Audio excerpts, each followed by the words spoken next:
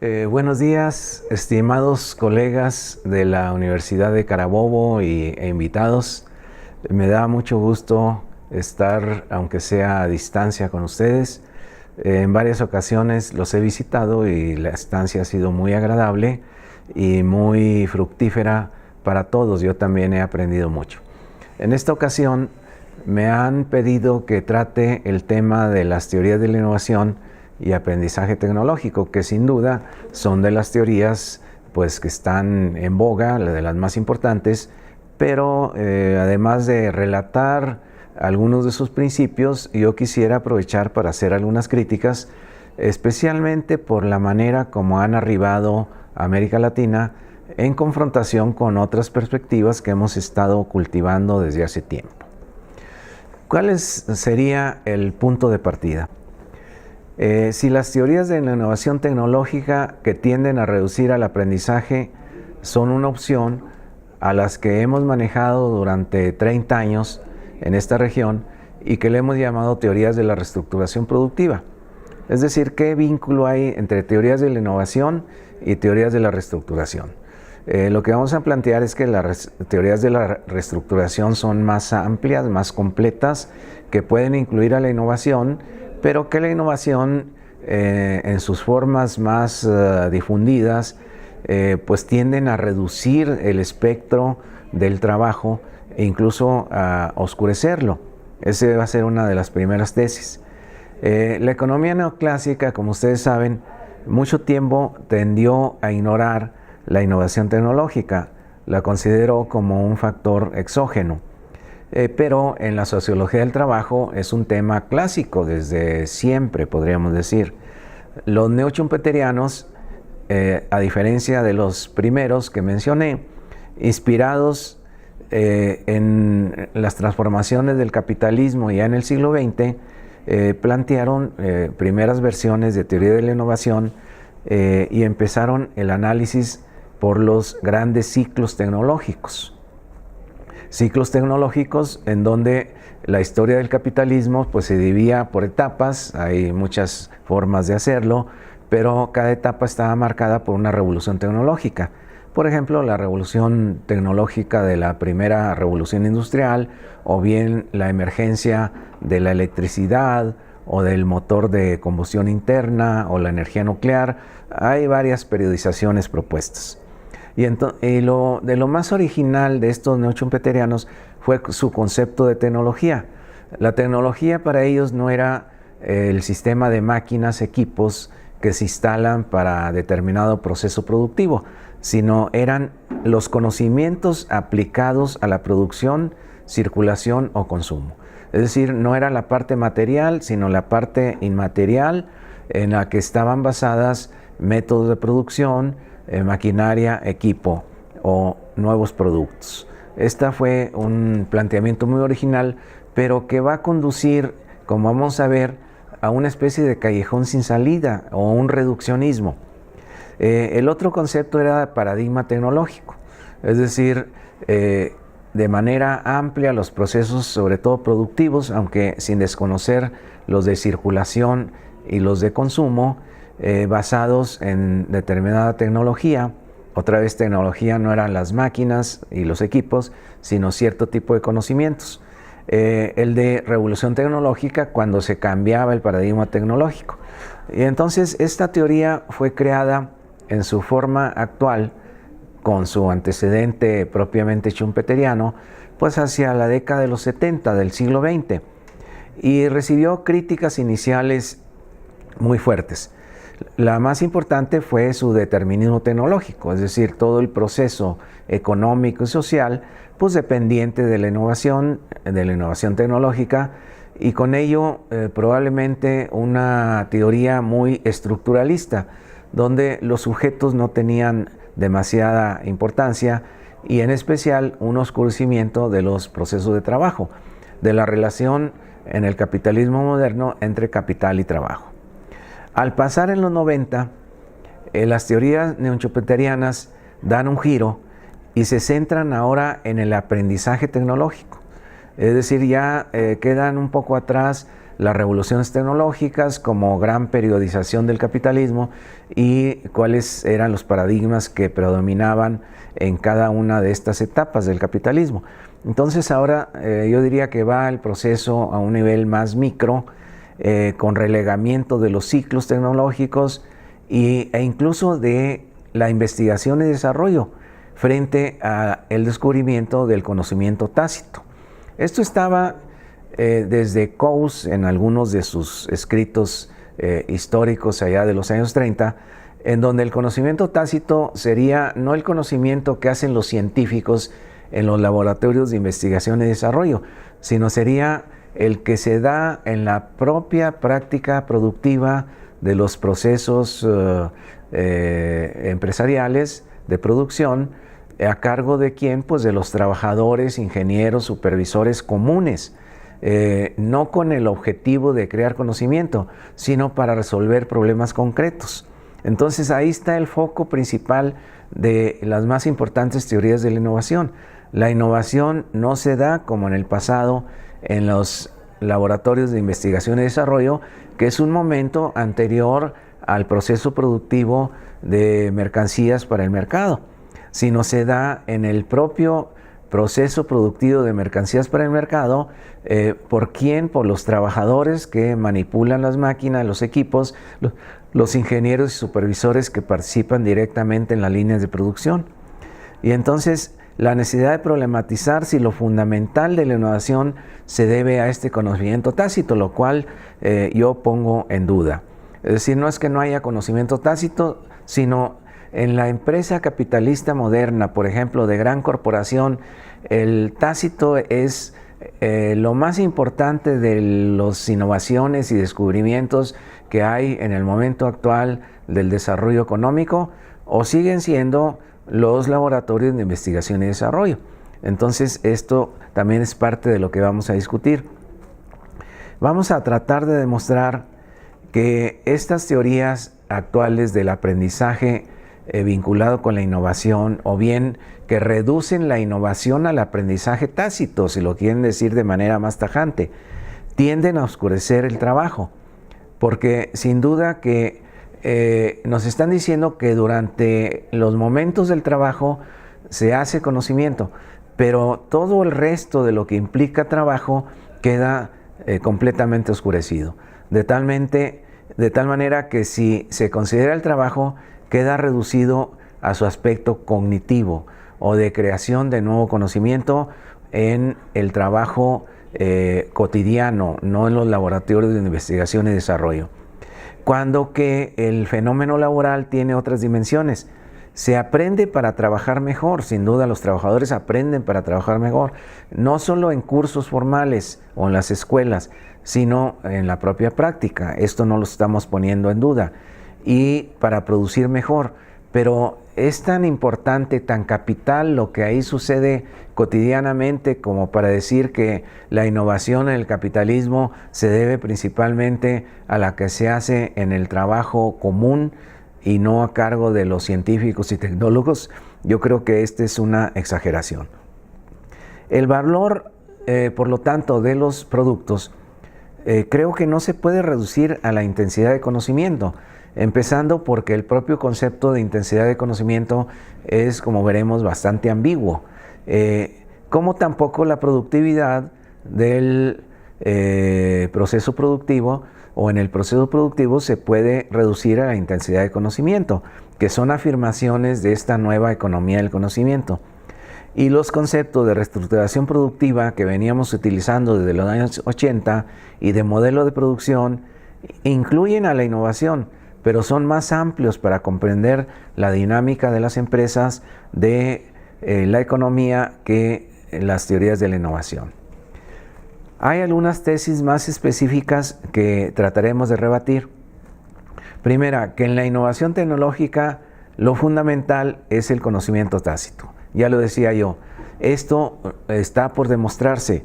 Se da como un supuesto en donde hay un gran entusiasmo y se dice esto se da en la propia práctica, diferente al conocimiento codificado, que es el que da en textos, en fórmulas, en patentes, en artículos, en libros. El paso de la invención a la planta productiva implica, como habían analizado los neoschumpeterianos desde los años 70, 80, varios pasos, de tal manera que en cada uno de ellos es probable que se cree nuevo conocimiento, pero los énfasis pueden ser muy diferenciados. Está el momento de la invención de una nueva sustancia, de un nuevo producto, de un nuevo equipo, que esto no se da normalmente en las plantas productivas, sino se da en otra instancia que sean los laboratorios de investigación y desarrollo.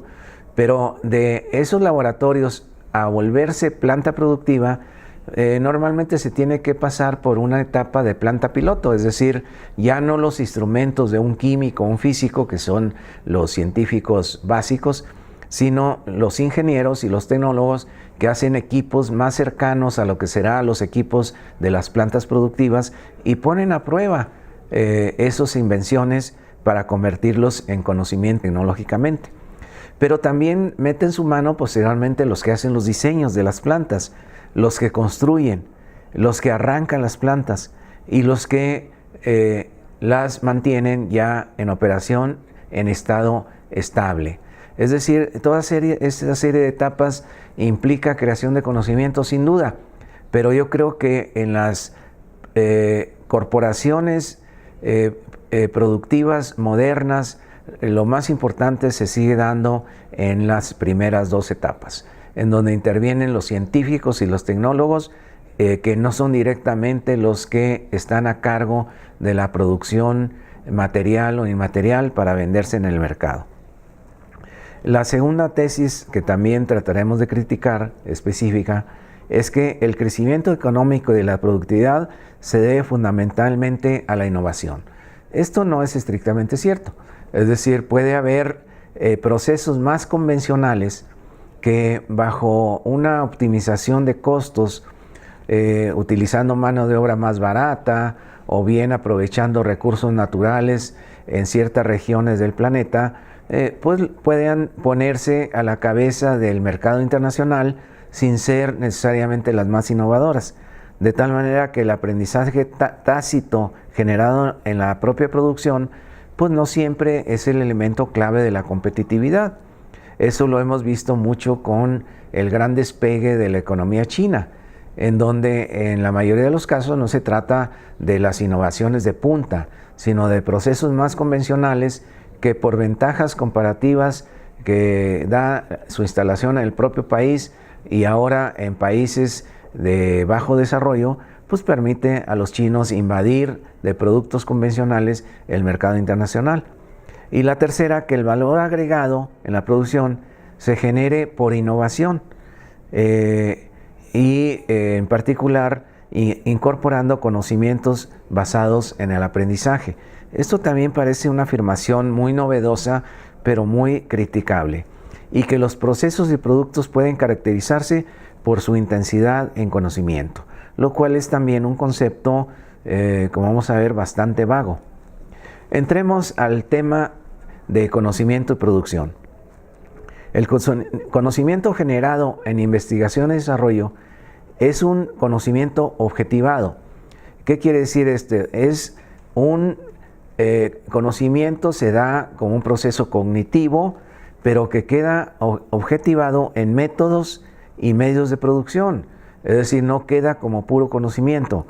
Métodos como producir una nueva mercancía, o medios de producción, una maquinaria, un equipo con otras características, queda objetivado, es decir, no se queda solamente en las patentes o en los libros, en los artículos científicos.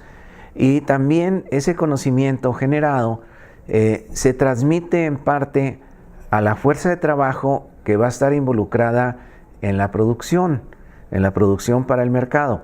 Es decir, esta tiene que aprender esos nuevos conocimientos, no simplemente los que se generen en la propia práctica, sino aprender a operar las nuevas máquinas, los nuevos equipos, en una etapa posterior a su generación fundamental, que es en investigación y desarrollo.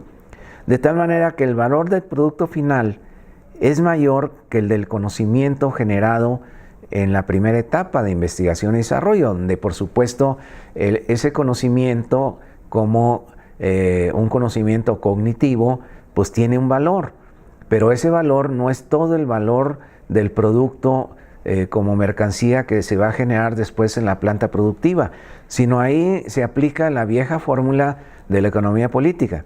Es decir, sigue siendo válido que el valor va a estar conformado por un capital constante, maquinaria, equipo, instalaciones, un capital variable de la fuerza de trabajo y una plusvalía generada por los trabajadores. Es una parte, ese conocimiento inicial generado y que tiene un valor en investigación y desarrollo, es una parte del capital constante, pero no es todo. El capital constante para generar un nuevo equipo, pues no solamente implica el valor en una patente objetivada que permite producir ese nuevo equipo, sino también ese nuevo equipo implica materias primas que incorporan también su valor al del equipo que se va a utilizar posteriormente en el proceso productivo. Y forma parte del capital variable del valor de la fuerza de trabajo. Pero el valor de la fuerza de trabajo no es solamente conocimiento, sino que también implica interacciones, emociones, ética, estética, forma de razonamiento cotidiano, experiencias, habilidades, a veces adquiridas previamente a ese proceso productivo. De tal manera que el conocimiento tácito sí incorpora valor, pero es solamente una parte y tendría que demostrarse que es la parte más importante, lo cual pongo en duda, ¿sí? Entonces es una parte, pero una parte que se conjuga con muchos otros factores de valor y por lo tanto es un reduccionismo decir que el valor del producto depende de la intensidad del conocimiento tácito incorporado.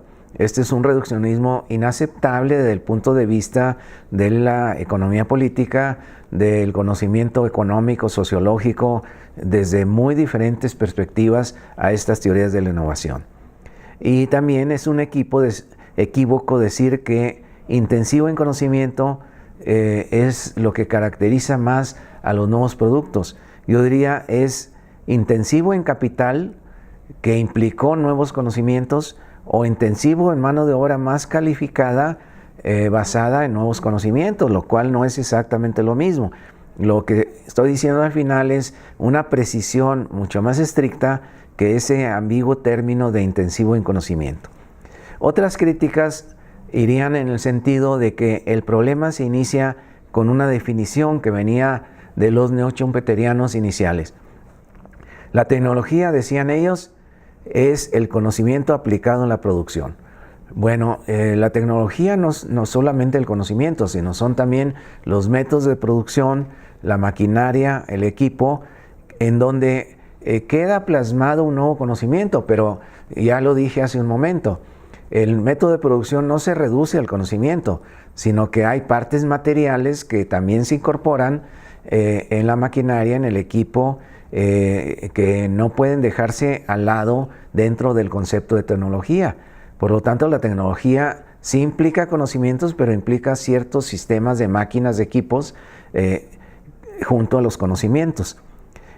Porque de otra manera, si todo queda reducido al conocimiento, esto viendo para atrás, la producción de una máquina pues también queda reducida al conocimiento y las máquinas para producir máquinas quedan reducidas al conocimiento, lo cual desde el punto de vista filosófico es muy probable que implique un idealismo filosófico, donde toda la realidad queda reducido a una parte de la subjetividad que es el conocimiento, lo cual implicaría otra línea de crítica que ahora no podríamos profundizar.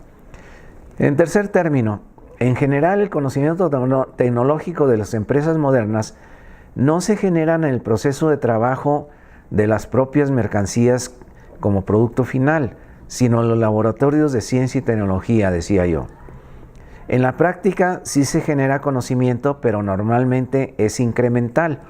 Este concepto de cambio incremental y cambio revolucionario proviene de los propios neoschumpeterianos.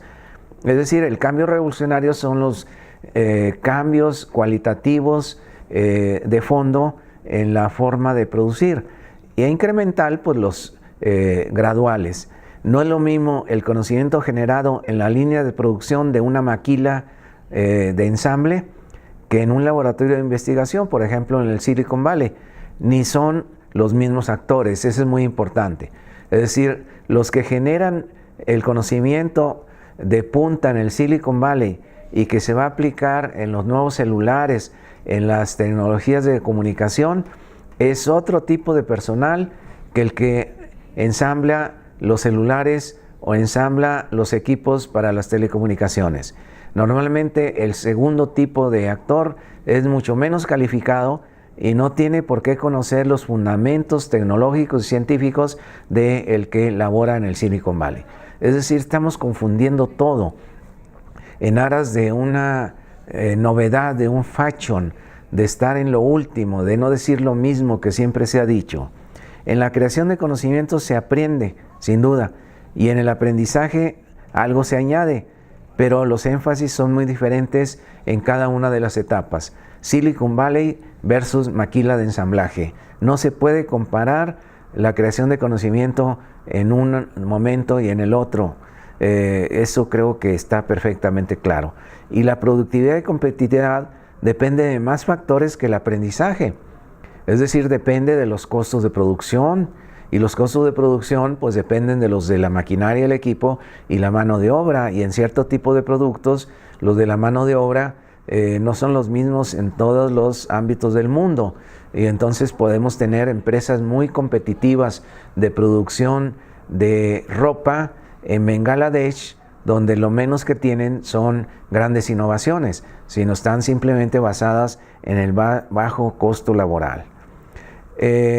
En séptimo lugar, en lugar de procesos intensivos en conocimientos, debería decirse intensivos en trabajo calificado. Y en el trabajo calificado, una parte del valor de esa fuerza de trabajo es el conocimiento, pero es solamente una de las dimensiones del valor de la fuerza de trabajo. Calificación no es solo conocimiento, son habilidades, experiencias, capacidades relacionales, por ejemplo en los servicios pueden ser muy importantes, la relación emocional, ética, interactiva entre los que atienden a los usuarios, derechohabientes o bien a los compradores de servicios en relaciones cara a cara. Vayamos más al fondo en la relación entre conocimiento y valor. Primera afirmación, el valor de un producto es más que el del conocimiento. El conocimiento es parte del valor de la fuerza de trabajo, pero este es mayor que el primero. Asimismo, en la productividad interviene el valor de la fuerza de trabajo y en esta el conocimiento, pero es solo una parte del valor agregado. Para la productividad no se puede uno desentender de la organización del trabajo, relaciones laborales, otros elementos del perfil de la mano de obra, de las culturas laborales y gerenciales, ni el valor de la tecnología como sistema de máquinas. Es decir, es absurdo pensar que la productividad depende únicamente de la intensidad de conocimiento. Esto es simplemente ridículo desde el punto de vista teórico de cualquier teoría económica seria. Los neoschumpeterianos solo ven la cara de la oferta de productos, no de la demanda. Es decir, la producción no necesariamente crea su propia demanda, entonces el análisis también por ese lado es incompleto. Pero esta perspectiva neoschumpeteriana oscurece la importancia del trabajo y lo reduce al conocimiento. Cómo se trabaja importa el conocimiento, pero también cómo se organiza, las interacciones entre los trabajadores con los mandos medios supervisores, las capacidades cognitivas junto a las físicas, emocionales, las relacionales, y con mayor razón en la generación de servicios. Los neoschumpeterianos han tratado de ir más allá analizando procesos de cognición. Este elemento es muy importante y yo diría que en las teorías económicas convencionales es muy novedoso. ¿Por qué? Porque las teorías económicas convencionales, piénsese la teoría neoclásica, el proceso cognitivo está obviado, es decir, los actores son racionales y deciden por cálculo de costo-beneficio y para eso tienen la información completa, tienen todas las ecuaciones para realizar optimizaciones y el problema está resuelto como simple supuesto de actor racional, de cómo decide el curso de la acción o las opciones que le dan mejor costo-beneficio. Hay que reconocer que una parte de los no schumpeterianos han tratado de abandonar, al menos parcialmente, la idea de actor racional en el proceso económico estrictamente, y han tratado de incorporar teorías, psicologías cognitivas, tratando de ir mucho más a fondo de cómo los sujetos económicos deciden. Y esto yo lo veo como un mérito, pero el problema es cómo las han incorporado las teorías cognitivas. Entonces, primera aseveración, la mayoría de estas teorías de la innovación en términos de la cognición, de cómo se da la cognición, y esto es muy importante porque si lo más importante de la innovación es la cognición en el proceso cotidiano de la producción, pues entonces es muy importante desentrañar cómo se da la cognición. Entonces la mayoría no pasa de una tipología entre cogniciones codificadas, es decir, que están en textos, en manuales o en patentes, y el tácito que se da en la propia práctica. Domina mucho el concepto de rutina, es decir, que esto se da repetidamente, y como en la rutina se van acuñando pues nuevas reglas de cómo producir en la propia práctica. Algunas van hacia mayores profundidades, por ejemplo, Douglass North, y entonces aquí comienzan las dificultades. Es decir, tratando de explicar cómo los hombres hacen conocimientos sin reducirlos a actores racionales. La primera tentación ha sido ir hacia las teorías de redes neuronales, ¿sí? Y otro tipo de teoría, los esquemas cognitivos, combinados con teoría de sistemas y darwinismo. Sin embargo, ir por este camino a veces son tautologías, es decir, que no agregan nada a la explicación. Por ejemplo, las redes neuronales. Es decir, alguien pensará que es muy plausible que para hacer conocimiento los hombres reagrupen sus neuronas y las reconectan de tal manera que en esa reconexión pues están creando nuevas formas de percibir y de concebir cómo hacer la producción.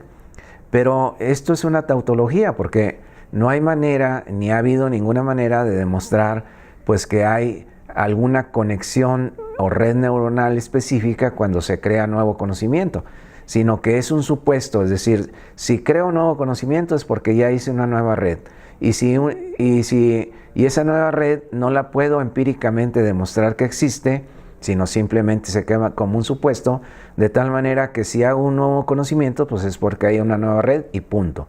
Esto es lo que yo llamo una tautología, es decir, algo que no explica en el fondo nada, porque es un simple supuesto. También la aplicación de las teorías de sistemas, pues es otro supuesto. Es decir, cuando hay en la producción problemas, esto equivaldría a un desequilibrio del sistema, de tal manera que el sistema, en teoría de sistemas, automáticamente se reequilibra, y en ese reequilibrio se crea nuevo conocimiento, pues esa otra tautología. Es decir, no estoy demostrando que se reequilibra, sino que porque hay nuevo conocimiento, pues supongo que se debió al reequilibrio del sistema, ¿sí? Y el darwinismo, es decir, ¿qué predomina? Pues predomina lo más eficiente. Entonces, ¿por qué se hizo nuevo conocimiento? Pues porque es más eficiente. Entonces, hay mucho de tautológico en esta búsqueda de nuevas explicaciones.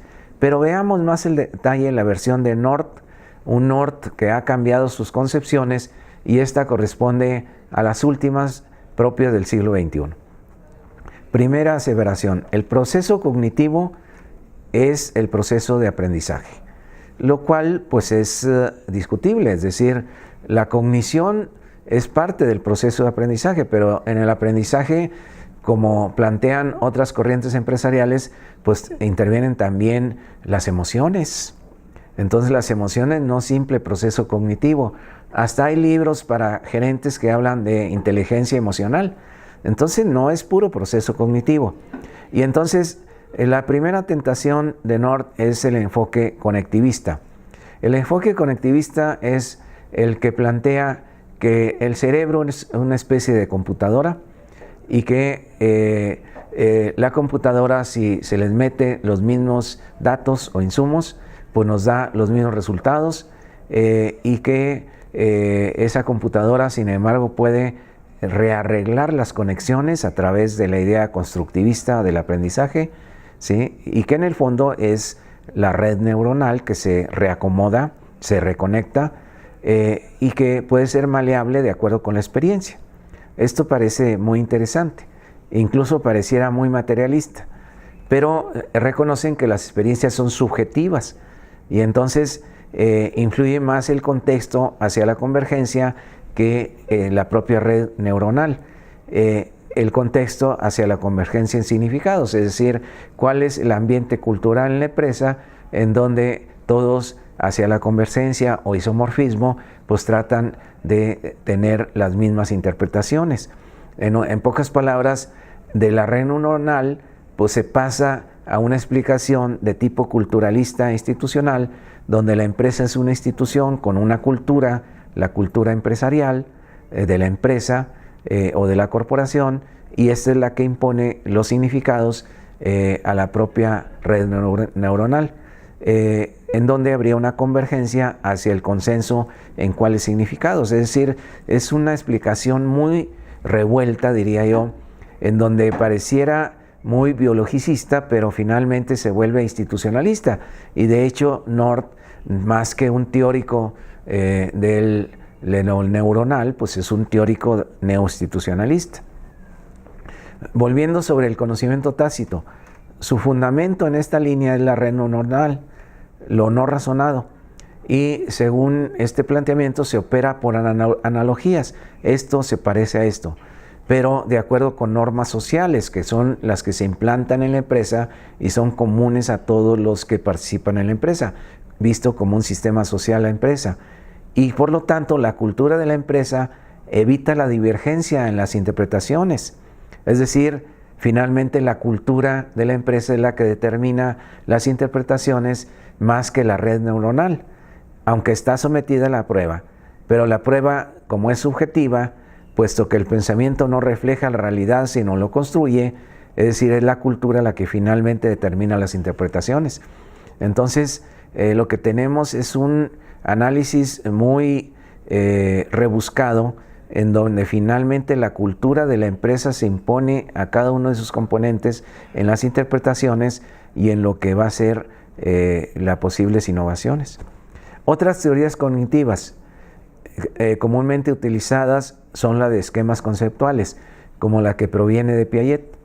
En el fondo es otro supuesto de que no se pueden deducir propiedades. La versión de Piaget, que es sistémica, hay aprendizaje cuando hay desequilibrio cognitivo, implica que no son los sujetos los que aprenden, sino el sistema. De tal manera que pareciera que el que innova es el sistema, no el sujeto. De hecho, el sujeto queda subordinado totalmente al sistema. A diferencia de teorías que no son incorporadas, como la de Vygotsky, no utilizadas por los teóricos de la innovación, que rechaza el biologicismo de la red neuronal y el signo que guía las acciones de los actores está mediado, es un mediador entre el mundo y la acción, pero ahí no me voy a detener. Es decir, hay muchas deficiencias de las teorías de la innovación, aún las que parecen más sofisticadas, y en confrontación con modelo productivo, o mejor dicho, configuración sociotécnica, ¿qué podemos decir? Como introducción, las reestructuraciones productivas iniciadas en los 80 del siglo XX fueron reestructuraciones que implicaron a veces cambios tecnológicos o innovaciones en el sentido amplio, no en el sentido solo de conocimientos organizacionales, en relaciones laborales, en perfil de la mano de obra, en culturas laborales y gerenciales, en las cadenas productivas de clientes, proveedores, etc. Un paso adelante fue el concepto de modelo de producción, pero este concepto lo hemos criticado por ser demasiado estructuralista y no incluir a los sujetos importantes que toman las decisiones o que se confrontan dentro y fuera de los procesos productivos. Y por eso propusimos en algún momento el de configuración sociotécnica, que implica Sí, nivel tecnológico, organizacional, relaciones laborales, perfil de mano de obra, culturas, pero también la posibilidad de contradicciones, es decir, no un concepto sistémico, de incoherencias, de oscuridades, junto a relaciones causales, funciones deductivas, es decir, no es sistémico, abierto a la realidad de las empresas. En eso es diferente a modelo, que es una idea sistémica, de tal manera que esto es lo que se ha impuesto, yo diría, en la discusión.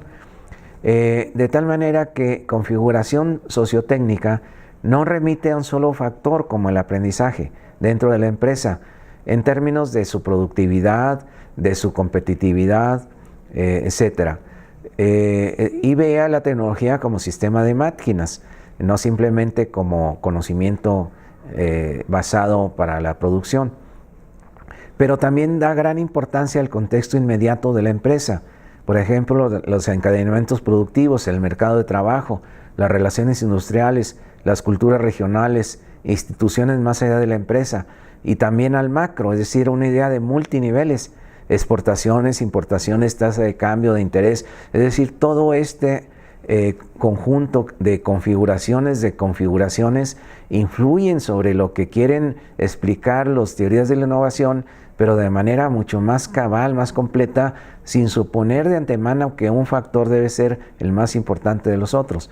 Y sobre todo da agencia a los actores, es decir, los actores no son simples robots de estas estructuras, sino que pueden tomar decisiones dentro de ciertos límites, los actores de la empresa y de fuera de esta, como trabajadores, mandos medios, gerencia, para acuñar estrategias de negocio de la empresa y de otros tipos, incluyendo las tecnológicas, establecer interacciones, acuñarse conflictos, consensos, mediado todo esto por el poder o las negociaciones.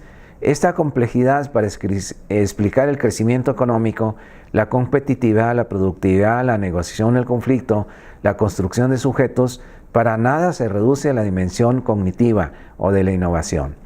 Como conclusiones podríamos establecer la siguiente.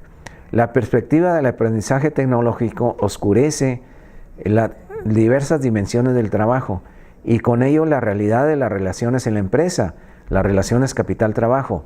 Sigue la línea de desprecio al trabajo, de la posmodernidad, del fin del trabajo, de la fragmentación de las identidades, de la sumisión voluntaria. Es mistificadora y cumple un papel eminentemente ideológico para los empresarios, que en la práctica sí se interesan por el trabajo y no se conforman con que siempre hay aprendizaje tácito. Hay una clara superioridad del concepto de configuración sociotécnica, que incluye a la innovación, pero también a los sujetos que crean significados, interaccionan en una base estructural sociotécnica bajo un concepto de totalidad con multiniveles. Muchas gracias. Estimados colegas, les agradezco su atención. Desgraciadamente no podemos interaccionar en vivo, aunque sea electrónicamente, porque pues ha habido limitaciones en transmisiones, pero les pido que los interesados pudieran consultar nuestras páginas. Ahí hay que poner la página. Tenemos una red que hemos llamado Sociología del Trabajo de la Empresa, en donde ustedes pueden consultar publicaciones, también varios cursos a través de la red que hemos impartido, que se graban. Ahí los pueden ver las grabaciones junto con la bibliografía y los PowerPoints, y espero continuemos en esta fructífera relación a pesar de la turbulencia en que ha entrado ya América Latina, que nos está afectando a todos, aunque a veces algunos con mayor intensidad. Muchas gracias a quienes me invitaron y espero tener futuras relaciones con ellos.